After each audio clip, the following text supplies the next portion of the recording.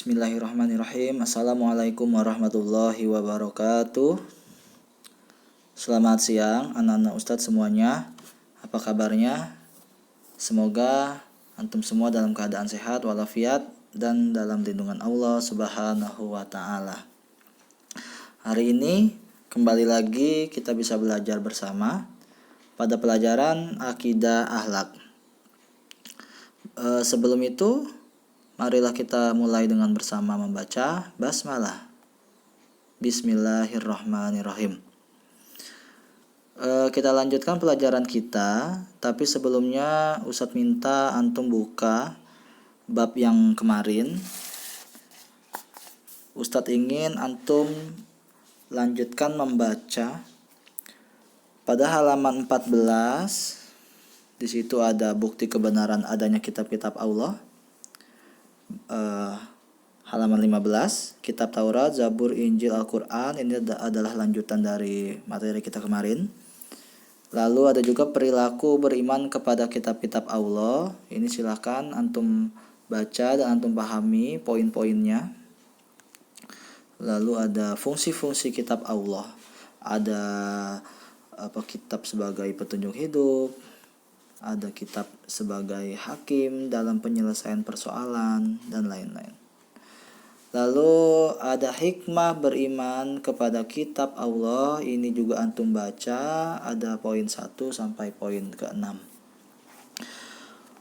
Oke, hari ini yang Ustadz ingin sampaikan adalah materi kita, yaitu bab kedua, akhlak terpuji pada diri sendiri.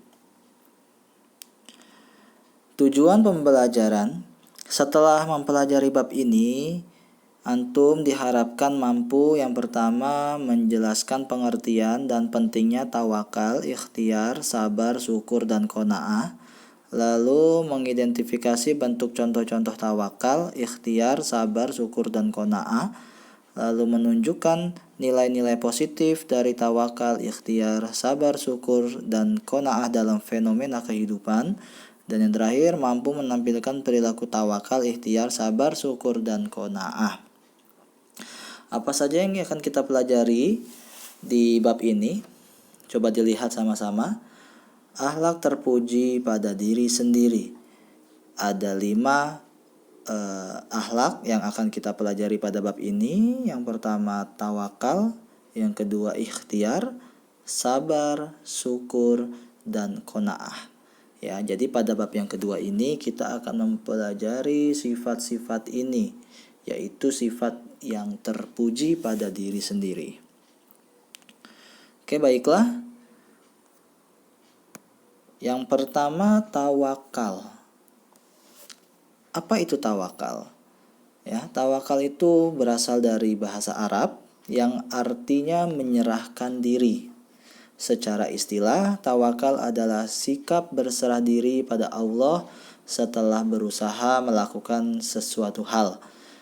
Sikap tawakal harus disertai dengan kerja keras dan doa. Hasilnya barulah Allah yang menentukan. Oke. Mungkin antum semua sudah mendengar kata tawakal. Ya. Tawakal itu contoh, antum sedang mengikuti ujian ya di sekolah. Nah, antum menghadapi ujian itu mempersiapkannya dengan belajar.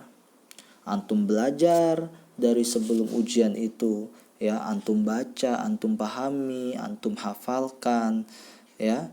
Nah, lalu juga dibarengi dengan doa. Ya, antum juga berdoa supaya ujian besok bisa lancar, ya, bisa menjawab semua soal.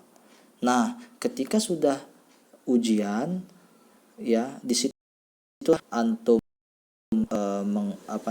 membuktikan hasil kerja keras antum, ya.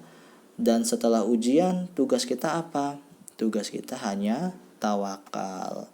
Jadi tawakal itu adalah akhir dari rentetan kerja keras.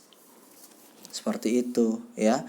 Baik, kita berserah diri, ya. Apapun hasilnya, kita menyerahkannya kepada Allah, ya. Mau nilainya bagus, mau nilainya kurang, yang penting kita sudah berusaha. Itu adalah tawakal, ya. Jadi tawakal ini harus ada pada diri kita. Dan ingat, tawakal itu dilakukan setelah bekerja keras dan berdoa. Jadi urutannya itu ya, bekerja keras, berdoa, dan yang terakhir tawakal. Kita ikhlas, kita terima, kita berserah diri kepada Allah. Oke, ada ayat di surat Al-Maidah yang artinya adalah, wahai orang-orang yang beriman, ingatlah nikmat Allah yang diberikan kepadamu ketika suatu kaum bermaksud hendak menyerangmu dengan tangannya, lalu Allah menahan tangan mereka dari kamu. Dan bertakwalah kepada Allah, dan hanya kepada Allah hendaknya orang-orang beriman itu bertawakal. Ya, itu adalah ayat yang menjelaskan tentang sifat tawakal. Seperti itu. Tawakal merupakan salah satu akhlak yang terpuji. Seandainya hasil yang diperoleh itu tidak memuaskan, maka harus diterima dengan lapang dada dan penuh kesabaran. Sebaliknya, jika hasil yang diterima sangat memuaskan, maka kita tidak boleh merasa sombong dan angkuh, karena hal itu semata-mata dikaruniai oleh Allah, ya. Jadi seperti contoh yang Ustaz sebutkan tadi, jika kita mendapatkan nilai yang baik, maka kita tidak boleh sombong, ya. Dan kalau kita mendapat nilai kita kurang, maka kita harus bisa berlapang dada. Kita harus bisa mengintrospeksi juga, oh berarti saya kurang belajarnya, oh berarti saya harus belajar lebih giat lagi, ya. Itu adalah sifat tawakal. Oke. Di antara berperilaku tawakal adalah sebagai berikut. Yang pertama, melakukan segala sesuatu dengan sungguh-sungguh dan ikhlas karena mengharap ridho Allah. Ya, kita belajar itu jangan sampai kita hanya ingin bisa menjawab soal, ya. Kita itu belajar supaya kita menjadi baik, supaya kita mendapat ridhonya Allah.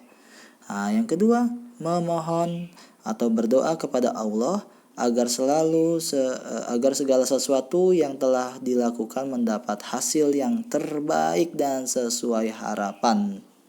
Gitu ya. Jadi memohon sama Allah itu supaya dapat yang terbaik. Nah, jadi kalau misalkan doa gini, ya Allah, saya sudah berusaha, saya sudah belajar, saya memohon kepadamu agar diberikan hasil yang terbaik. Seperti itu, ya. Harus harus sama, berbanding lurus dengan usaha. Antum berdoa sekeras mungkin, tapi usahanya tidak ada, ya sama saja bohong. Gitu. Nah, sebaliknya juga, antum sudah bekerja keras tapi doanya kurang. Nah, itu juga omong kosong juga. Seperti itu. Ya, jadi harus sama semuanya porsinya. Oke, yang ketiga, memasrahkan semua hasil yang kita lakukan hanya kepada Allah. Apapun hasil yang kita peroleh, baik itu sesuai harapan atau tidak sesuai harapan, kita harus bisa menerima dengan lapang dada. Kita juga harus selalu berprasangka baik kepada Allah terhadap hasil yang telah kita peroleh. Kita meyakini bahwa hasil yang diperoleh itu datangnya dari Allah dan pasti ada hikmahnya. Nah, itu ya. Jadi itu adalah cara berperilaku tawakal. Ya, melakukan segala sesuatu dengan sungguh-sungguh, lalu memohon kepada Allah yang terbaik, dan pasrah semua hasilnya kepada Allah. Ya, itu adalah ciri-ciri berperilaku tawakal. Lalu ada hikmah setiap tawakal.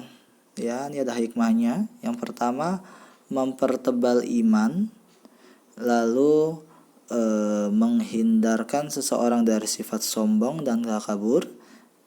Yang ketiga, menjadikan seorang dapat bekerja dan belajar secara optimal. Dan yang keempat, menjadikan seseorang itu bersikap optimis dalam menatap masa depannya. Ya, jadi itu adalah hikmahnya.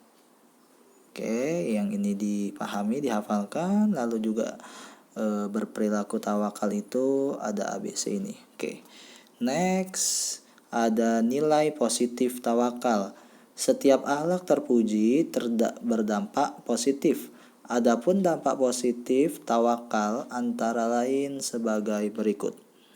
Yang pertama, memperoleh ketenangan jiwa karena merasa dekat dengan Allah. Yang kedua, memperoleh kepuasan batin karena keberhasilan usahanya mendapat ridho Allah. Yang C, memperoleh keteguhan hati atau istiqomah sehingga tidak mudah goyah hatinya karena pengaruh lingkungan. Yang D, menumbuh kembangkan kesadaran akan kelemahan dirinya dan mengakui kebesaran Allah. Jadi ini adalah pentingnya kita memiliki sifat-sifat tawakal. Ya, ini adalah sikap yang terpuji yang harus kita miliki. Jangan sampai karena kita tidak punya sifat tawakal, kita merasa angkuh, kita merasa sombong, kita merasa tidak butuh Allah. Ya. Nah, jangan sampai kita mempunyai sifat-sifat seperti itu karena semuanya sudah diatur sama Allah. Ya. Oke, selanjutnya ada bentuk dan contoh perilaku tawakal. A. Tawakal dalam menghadapi bencana. Suatu ketika kita mendapat bencana, kemudian telah kita usahakan dengan segala daya dan kemampuan kita, tapi bencana itu tetap menimpa diri kita. Sesungguhnya bencana itu merupakan ketetapan Allah dan kewajiban kita adalah bertawakal kepadanya. Ya, jadi mungkin ada di antara kita yang mendapat bencana. Apapun itu bencananya, kita harus percaya bahwa bencana itu dari Allah dan itu adalah ujian bagi kita supaya kita tetap bertawakal. Ya, jadi tawakal itu adalah kewajiban kita juga. Kalau kita ada bencana, kita berserah diri sama Allah. Ya Allah, saya mendapat bencana ini, saya yakin ini adalah darimu dan saya hanya bisa berserah diri kepadamu. Seperti itu. Ya, dan Allah itu juga tidak akan memberikan musibah kepada kita itu di luar tanggungan kita. Maksudnya Allah itu memberikan kepada hambanya yang sanggup menanggung itu semua. Jadi kita harus yakin itu juga ya. Oke, yang selanjutnya ada tawakal dalam belajar. Nah, ini juga ya, seperti tadi saya jelaskan, ketika kita menghadapi ujian, ketika menghadapi UN, ketika menghadapi PTS dan lain sebagainya, ya. Nah, seorang pelajar akan menghadapi ujian akhir nasional. Ia belajar dengan sungguh-sungguh, tekun, cermat, dan teliti setiap hari beberapa bulan sebelum pelaksanaan ujian itu. Dia juga telah berdoa kepada Allah agar mendapat kemudahan dalam menghadapi ujian nasional tersebut. Saat ujian tiba, ia menyelesaikan soal-soal ujian dengan baik dan teliti. Setelah selesai melaksanakan ujian nasional, ia menyerahkan hasilnya kepada Allah. Oke, sampai situ paham ya? Ya, oke, itu adalah pembahasan kita pada hari ini. Silakan dipahami apa yang sudah Ustadz jelaskan.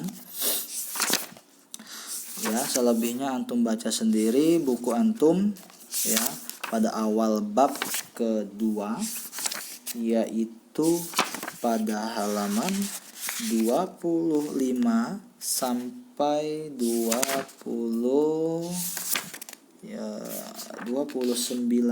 ya. Itu adalah pembahasan tentang sifat akhlak yang pertama, yaitu tawakal. Ya, minggu depan akan kita lanjutkan pembahasannya ikhtiar, sabar, syukur, dan qanaah. Ya, semua itu silakan antum pahami. Jika ada yang kurang paham silahkan ditanyakan ke Ustadz, tidak apa-apa. Selebihnya, kurang dan lebihnya mohon dimaafkan. Wa'alafu minkum. Wassalamualaikum warahmatullahi wabarakatuh.